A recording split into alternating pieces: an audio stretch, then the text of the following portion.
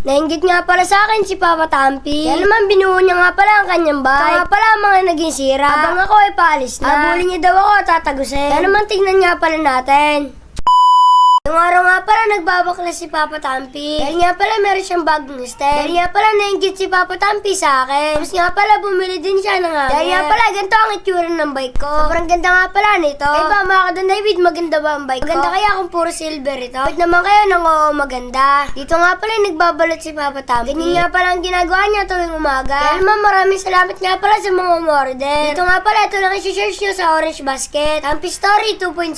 Punta naman tayo sa kanyang palisda. Ito nga pala sa bracelet ni Papa Tampi. Kaya pala ang dami mga prize. Ito nga pala nakalagay dyan. Ito nga pala nagtira si Papa Tampi ng pulang itlog. Pinapakain niya pala ito sa mga prize. Dahil nga pala yung live foods niya hindi pa na-hatch. Dahil nga pala bukas pa ito ma-hatch. Alam niyo ba kung anong tawag dito? Pakicomment naman sa baba. Nagpakain na nga pala dito si Papa Tampi. Ito nga pala sa bracelet ng kanyang mga balon molly. Tapos nga pala nagpakain din si Papa Tampi ng ilang patak dito sa prize. Kaya ba mahilig din ba kayo sa isda? Comment naman lang yes kung mahilig. Naman tayo dito sa mga bike. Ito nga pala pagpapatuloy ni Papa Tampi yung pagkayos. Necklace na nga pala dito ni Papa Tampi yung kadena. Tapos nga pala yung RD. Tinitignan nga pala ni Papa Tampi kung maayos pa. Kasi nga pala walang idea dito si Papa Tampi. Ano naman ang tawag dyan ay mekanikong walang alam. Dito nga pala yung tamang pokpok siya. Ito nga pala pinag-isipan niya. Kaya naman lumabas muna siya. Tanong-tanong nga pala si Papa Tampi kung nasa magkano to. Dahil nga pala walang idea si Papa Tampi kung magkano ito. Palagay nyo nga pala magkano to.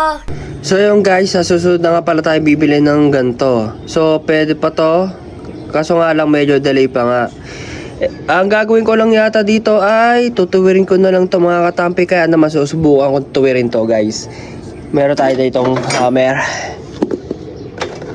Phillips screw ano. Ayan, tara, let's go. Saan ka punta? Kakabs ka? Ba, hintayin mo ako matapos ko to. Susundan kita. Yapong dito, bago yung ano niya oh. Nakabago siya guys oh.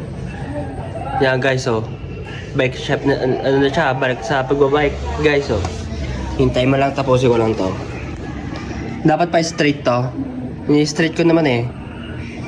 Dapat straight ba to? Balik ko kasi oh.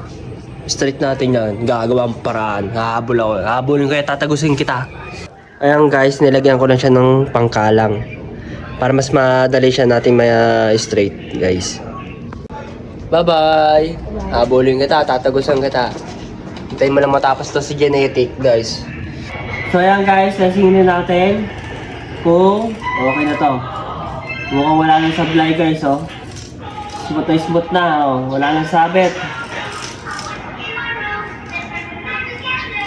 Tara, testingin natin. Ayan guys, siguro okay na to. Temporary lang guys, ayan oh. Napag-ship naman siya, kaso nga lang delay na. Tara, punta na natin